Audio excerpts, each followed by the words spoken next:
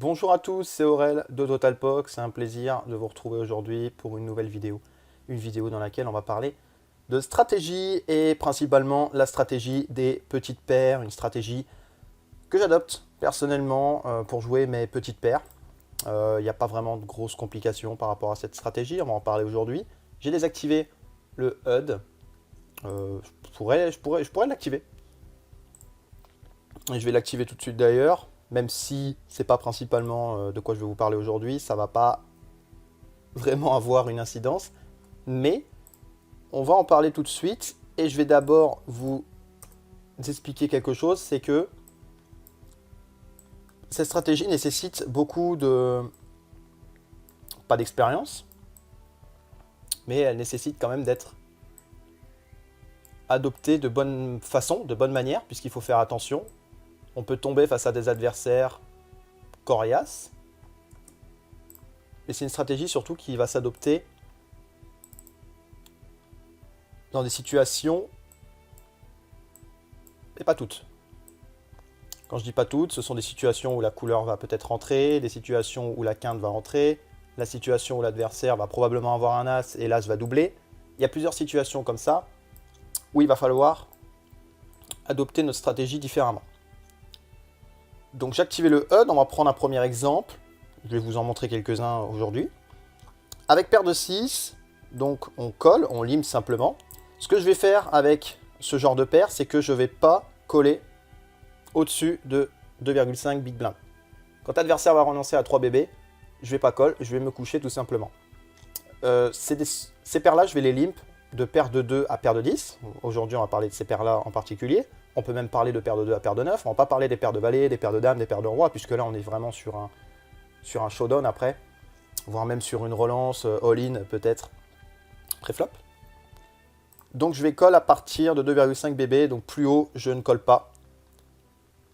Après, on pourrait peut-être éventuellement fabriquer notre range de main et se dire on colle 3 bébés à partir de paire de 7 jusqu'à paire de 9. Et on colle 2,5 bébés, voire même 2 bébés, de paire de 2 à paire de 6. Donc là, je vais coller, on se retrouve en heads up. Et ce qui va être important ici, quand vous allez voir un flop, quand vous allez toucher votre brelan, on ne parle pas quand vous n'allez pas toucher votre brelan, quand vous n'allez pas le toucher, on va très souvent give up et partir du coup. Pourquoi? Pour éviter de perdre un maximum de jetons. Le pourcentage de chance de trouver brelan à la turn, à la river, après sont très minces. Donc on va voir un flop et après on va abandonner si l'adversaire mise. Surtout s'il y a un as qui tombe, si l'adversaire a relancé. On va prendre plusieurs paramètres pour voir cela. Donc là on touche notre brelan et l'erreur que pourraient faire certaines personnes, c'est de faire tapis ici directement. Alors ce que je vais faire, c'est que je vais checker tout simplement pour affirmer à mon adversaire que j'ai probablement peut-être un 8, peut-être probablement un 6, mais que j'ai pas brelan ici. Donc notre adversaire ne nous met pas sur brelan. Notre adversaire mise. Alors ce qu'il faut savoir, c'est qu'il a relancé cet adversaire pré-flop. Donc quand il relance, il a très souvent beaucoup d'as, beaucoup de roi dame, beaucoup de roi valet, beaucoup d'as valet, beaucoup d'as dame. On verra bien ce qu'il a, cet adversaire. À la fin, je ne sais plus ce qu'il a. On va le voir ensemble de toute façon. Il doit avoir un as ici. Alors, quand notre adversaire fait 4 big blinds ici, clairement, qu'est-ce qu'on peut se poser comme question? Est-ce qu'il est capable de lâcher ce coup? Est-ce qu'il est capable de fold, d'abandonner, si jamais on fait tapis, si on relance? Est-ce qu'on veut l'embarquer avec nous jusqu'à la river? Ou est-ce qu'on veut tout de suite finir le coup? Alors ce qu'il faut savoir, c'est que le pot, il est de 11 big blind déjà. Il nous reste 19 bébés. Donc il nous reste très peu. Donc ici, la meilleure solution, ça va être de shove, de faire tapis. La couleur peut entrer. On peut le mettre sur un tirage couleur, mais encore une fois, c'est très rare de mettre notre adversaire directement sur une couleur. Donc là, ce que je vais faire, c'est que je ne vais pas prendre de gros risques. J'ai 19 bébés 9. Notre adversaire, il a relancé pré-flop. Il a très souvent l'as ici. Il ne lâchera jamais son as, peu importe la relance. Je suis sûr, si j'ai 50 big blind, jamais de la vie, il va lâcher son as. Il va toujours me suivre ici. Donc ce que je vais faire, c'est que je vais faire tapis. Et qu'il va me suivre, bien évidemment. Il va me suivre avec probablement un as. On a 88% de chance de toucher. Et il a... Non, 98, pardon. % de chance. Et là, il montre As-Dame. Donc on est plutôt content. On n'aurait pas aimé voir 2 As ici. Même si sur ce genre de tournoi, c'est rare que les adversaires, il faut le savoir, raise 2 As, 2,5 big blind. D'habitude, ils font tapis, surtout dans la position dans laquelle il était. Donc là, pas de surprise, on gagne le coup. On va prendre un autre exemple, un exemple où on n'a probablement pas touché. On va prendre cette paire de 7. Alors ici, on a... Voilà, on est obligé de call ici. On a perdu le coup, ok. Je veux voir, ici on touche le 8.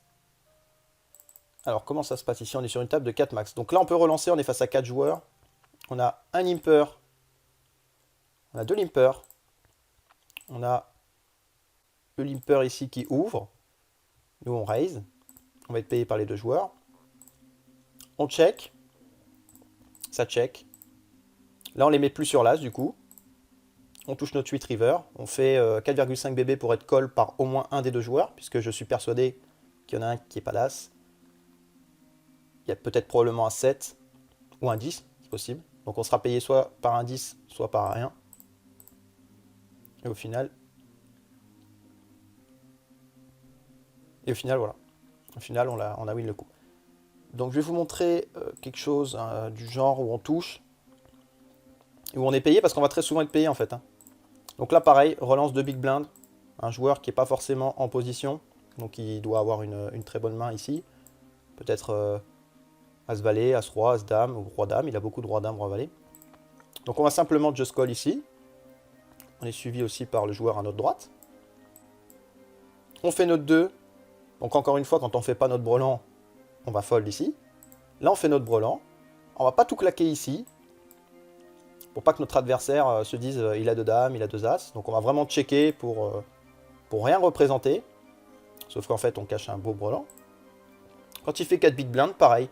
Quand il fait 4 big blind, il mise un as. Il aurait eu la dame ici, il aurait probablement pas misé, ou il aurait misé très petit, puisque c'est standard sur ce genre de tournoi de miser une big blind parfois. Donc par rapport à son VPIP, on n'en connaît pas vraiment beaucoup sur cet adversaire. On n'a pas vraiment d'informations. Donc ici, je décide de faire tapis directement, puisque je considère que sur ce genre de tournoi, mais pas que, sur beaucoup de tournois aussi, le joueur ne va jamais lâcher un as. Et c'est important de ne pas miser en premier pour justement rien représenter. Puisque là maintenant, comme le joueur a misé en premier, il aura plus tendance à nous suivre, puisqu'il a déjà investi des jetons en fait. Si le joueur n'investit pas de jetons, il aura plus tendance à ne pas se prendre la tête et à fold. Mais là, dans la tête du joueur, qu'est-ce qui se passe? Le joueur mise 4 big blind, donc le joueur a plus tendance derrière à nous payer, puisqu'il a déjà investi de l'argent. Et nous, on a notre brelan. Les cœurs, on les bloque pas forcément, les cœurs. On n'a pas de cœur. Donc il peut avoir un tirage couleur, mais un tirage couleur, ça va pas toucher tout le temps à la turn, à la river. Donc du coup, ici, je suis persuadé, sauf s'il a 2 cœurs dans les mains, d'avoir au moins 90% de chance de remporter ce coup, puisqu'il a probablement un as. Voilà, ici je le mets sur As-Roi, As-Dame, As-Valet. As-Dame, peut-être. As-Dame, c'est possible. As-Valet aussi. As-Roi. Je pense pas qu'il aurait fait ce sizing avec des As moins bons, donc des As-7, As-8. Donc ici, je le mets clairement sur un As kicker assez fort, de paire un kicker de 10 à Roi. Voilà. Donc As-10, As-Valet, As-Roi, As-Dame. Je le mets vraiment sur ces kickers-là. Donc là, je pense qu'il va jamais fold, il va jamais se coucher. Et il paye. Sur ce genre de tournoi, c'est standard. Et il a 8%. Donc il peut nous la mettre. Mais il ne nous la met pas. Et 3 quarts du temps, on va vraiment gagner ces coups-là. Avec des paires. Paire de 2, on a vu. Paire de 6, est-ce qu'on a vu? J'étais en train de parler, je ne sais même plus. Ouais, c'est le coup à 2,5 BB.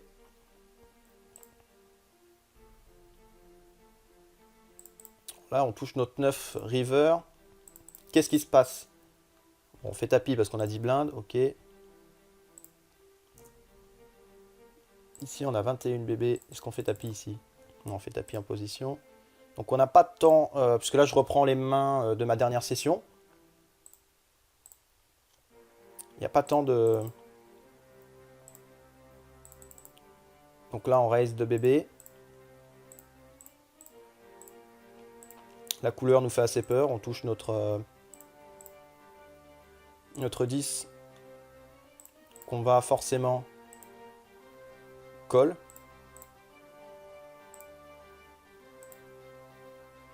Et ici, dans 30 big blind, on fait 12. On n'est pas payé. Donc voilà, après sur plusieurs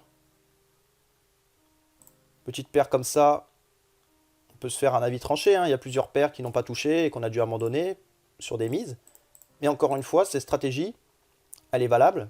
Puisque vous savez, vous n'allez pas vous embarquer dans un coup si vous n'avez rien. Ici, paire de 3, ça vaut rien dans cette situation.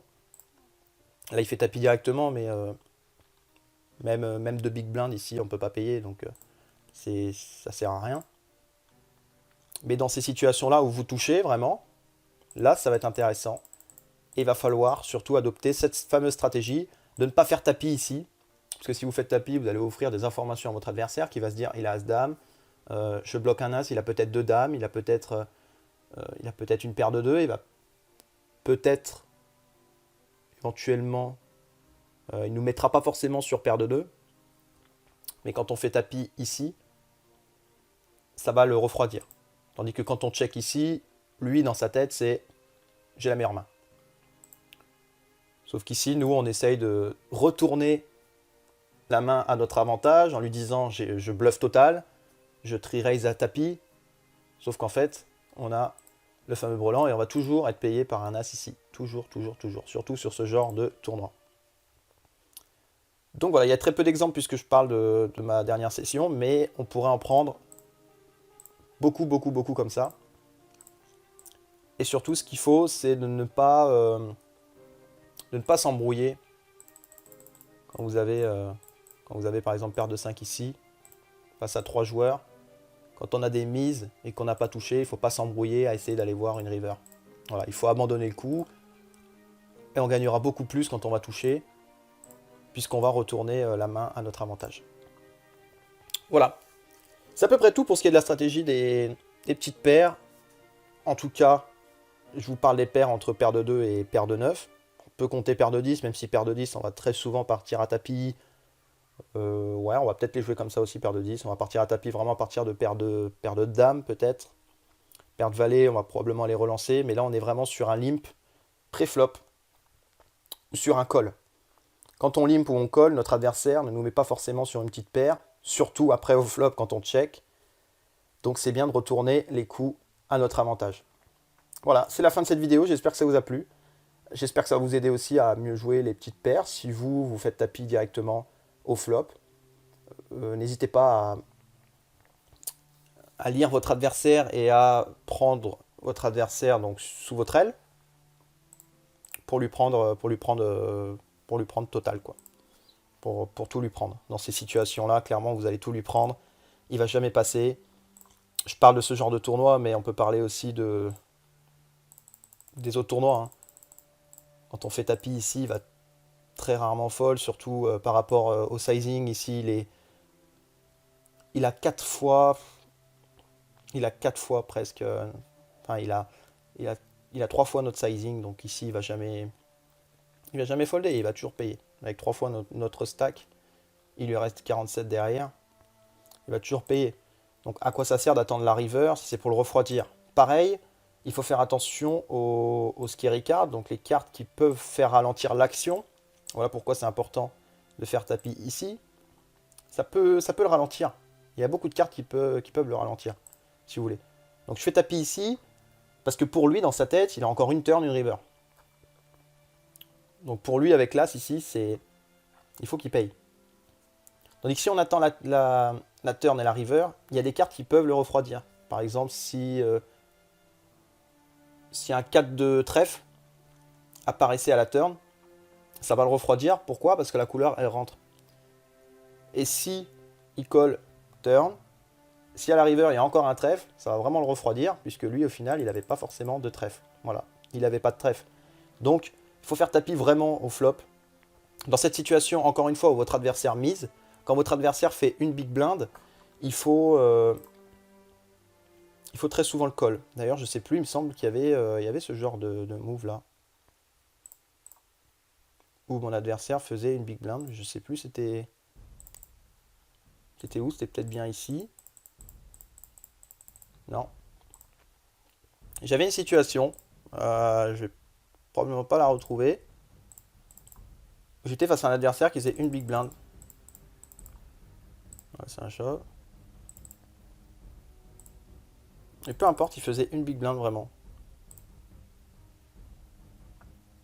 Mais je la retrouverai pas. Il me semble que c'est une paire de.